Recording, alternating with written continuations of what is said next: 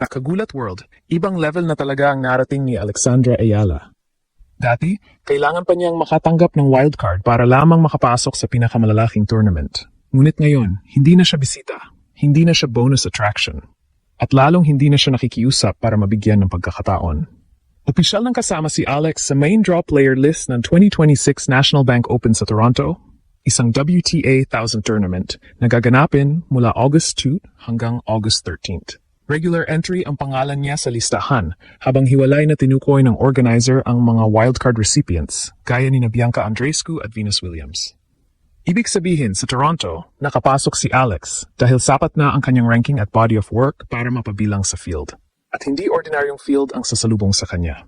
Nandoon ang world number 1 Aryna Sabalenka, Elena Rybakina, Iga Swiatek, Jessica Pegula, Coco Gauff, Naomi Osaka, Madison Keys, Mira Andreeva at iba pang Grand Slam champions. Ayon mismo sa Tennis Canada, 72 sa top 75 players ng WTA ang nasa entry list, kasama ang 12 Grand Slam champions. Pero narito ang mas nakakagulat. Hindi basta isinama ang pangalan ni Alex.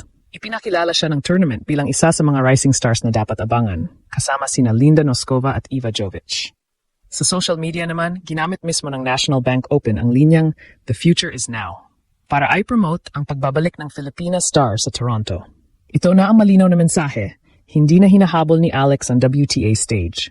Ang WTA stage na mismo ang naghahanda para sa pagdating niya.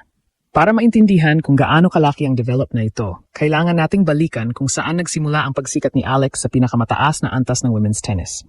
Noong 2025 Miami Open, pumasok si Alex bilang wildcard. Iyon ang tournament na nagbukas sa mata ng buong tennis world matapos niyang talunin ang sunod-sunod na malalaking pangalan at maging unang Filipina na umabot sa semifinal ng isang WTA 1000 event.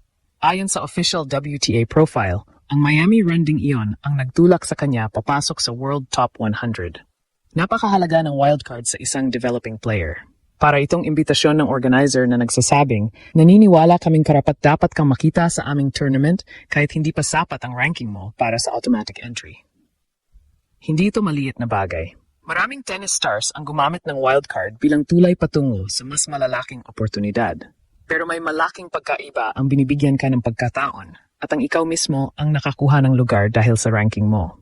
Sa 2026 National Bank Open sa Toronto, nakalista si Alex bilang regular main draw entrant. Hindi siya kabilang sa mga pangalang opisyal na inihayag bilang wildcard.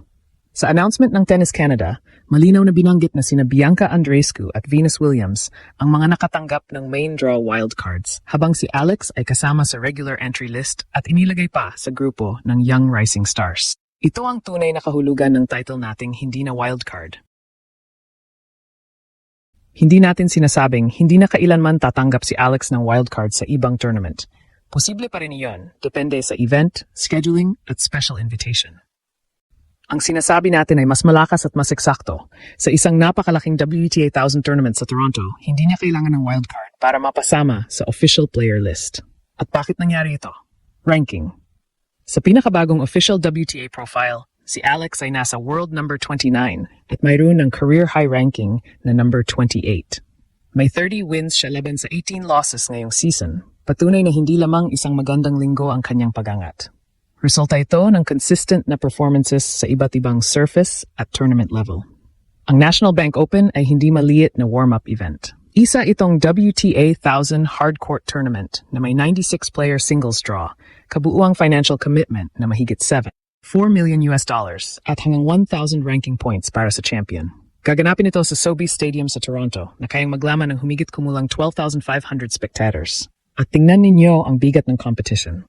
World number 1 Aryna Sabalenka, Australian Open champion Elena Rybakina, 6-time Grand Slam champion Iga Swiatek, Jessica Pegula, Coco Gauff, Naomi Osaka, Madison Keys, Mira Andreeva, Amanda Anisimova, Elina Svitolina, Jasmine Paolini, Belinda Bencic. Hindi lamang isa o dalawang superstar ang kasama.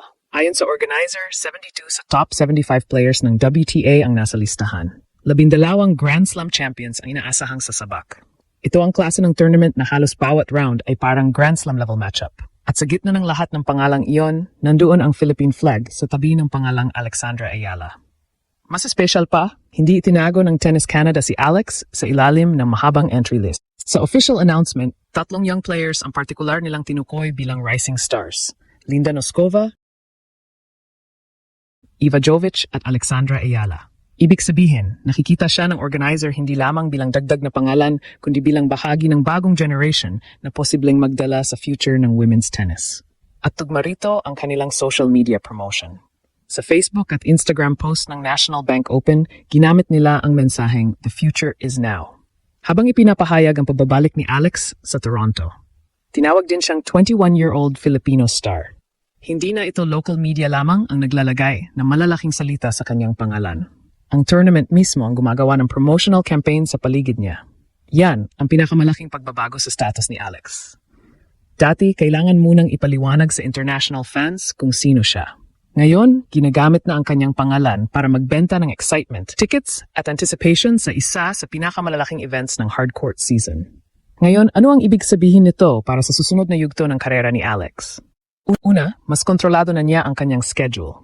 Kapag mataas ang ranking ng isang player, hindi na niya kailangang umasa palagi sa invitation ng organizer o dumaan sa qualifying rounds. Mas nagiging predictable ang pagpasok niya sa major WTA tournaments. At kapag mas marami kang direct entries, mas marami kang pagkakataong makakuha ng ranking points, prize money at high-level match experience. Ikalawa, posibleng seed na ang pag-uusapan. Hindi na lamang main draw participation. Ayon sa tournament, ang top 32 seeds sa Toronto ay makatanggap ng first round bye at magsisimula sa second round. Sa official entry announcement noong July 8, nakalista si Alex sa number 32 position ng field, habang ang kanyang latest official WTA ranking ay number 29. Ngunit kailangang maging maingat, hindi pa final ang seeding hanggang may labas ang draw, at sinabi mismo ng WTA na subject to change ang player list bago iyon. Ang draw ceremony ay nakatakda sa July 31st. Kaya hindi pa natin dapat sabihing guaranteed na. Pero ang katotohanang pinag-uusapan na natin kung seeded ba si Alex sa WTA 1000, imbes na kung makakapasok pa siya, ay napakalaking simbolo ng kanyang pagangat. Bago dumating ang Toronto, sasabak muna si Alex sa Mubadala DC Open sa Washington mula July 27 hanggang August 2. Doon kasama rin siya sa direct entry singles list at muling makakapareha si Venus Williams sa doubles. Pagkatapos nito, mabilis na lilipat ang focus sa Toronto para sa National Bank Open. Mabigat ang schedule, posibleng maikli ang recovery time at sa ganitong level, walang madaling draw. Maari siyang maharap agad ng dangerous hardcourt player. Maari ring magkaroon ng rematch laban sa isang dating nakalaban niya. Pero ito mismo ang environment na kailangan para sa isang player na gustong manatili sa top 30 at tuluyang kumatok sa top 20. Hindi na sapat ang isang upset. Ang susunod na challenge ay consistency. Kaya mahalaga ang Toronto. Sa Miami noong 2025, ipinakita ni Alex na kaya niyang gulatin ang elite players kapag nabigyan ng pagkakataon.